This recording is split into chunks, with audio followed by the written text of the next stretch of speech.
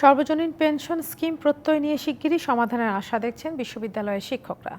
বিশেষত শিক্ষার্থীদের কোটা নিয়ে দাবি পূরণের পর শিক্ষকদের দাবিও দ্রুত পূরণ হচ্ছে বলে মনে করছেন তারা। তবে রাজপথে নয়, যে কোনো মুহূর্তে আবারও আলোচনা থেকেই সমাধান আসবে বলে মনে করছেন সংশ্লিষ্টরা।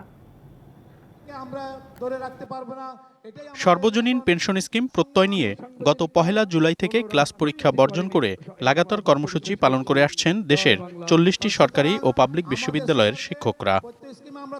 এরই মধ্যে শিক্ষার্থীদের কোটা বিরোধী আন্দোলন ঘিরে সহিংসতায় বন্ধ হয়ে যায় দেশের সব শিক্ষা প্রতিষ্ঠান।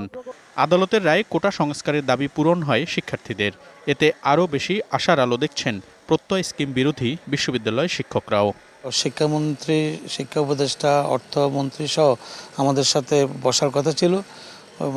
এই উদ্ভূত পরিস্থিতির কারণে সভাটি হয়নি। আমরা আশা করি যে আমাদের সাথে আলাপ আলোচনার মাধ্যমে আমাদের দাবিটিও সরকার যথাযথভাবে পূরণ করবেন। ঢাকা বিশ্ববিদ্যালয় উপাচার্য মনে করেন, যে কোনো সময়েই আলোচনার মাধ্যমে সমাধান হতে পারে বিশ্ববিদ্যালয় শিক্ষকদের দাবি।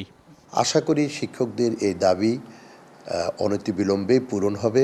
সরকারের সাথে একটি সম্মানজনক সমাধানের পরপরই যেন ক্লাসে ফিরে আসে। ২৫০টিরও বেশি ডিজাইন অপশন নিয়ে ওয়ালটন স্মার্ট ফ্রিজ, বোঝে আপনার প্রয়োজন।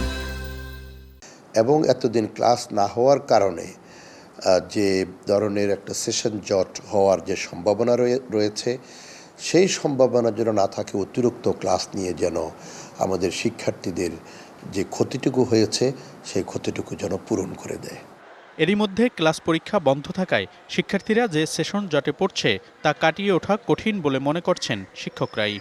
সামান্য একটা আলোচনায়, একটা চায়ের টেবিলে আলোচনা সুন্দরভাবে করে সমাধান করা যায়। ওনার সামান্য এ ব্যাপারে নজর দিচ্ছেন না। অতিরিক্ত ক্লাস নিয়ে, অনলাইন ক্লাস নিয়ে, শুক্র শনি ক্লাস নিয়ে আমি মনে করি না এতে অভাব পূরণ হয়।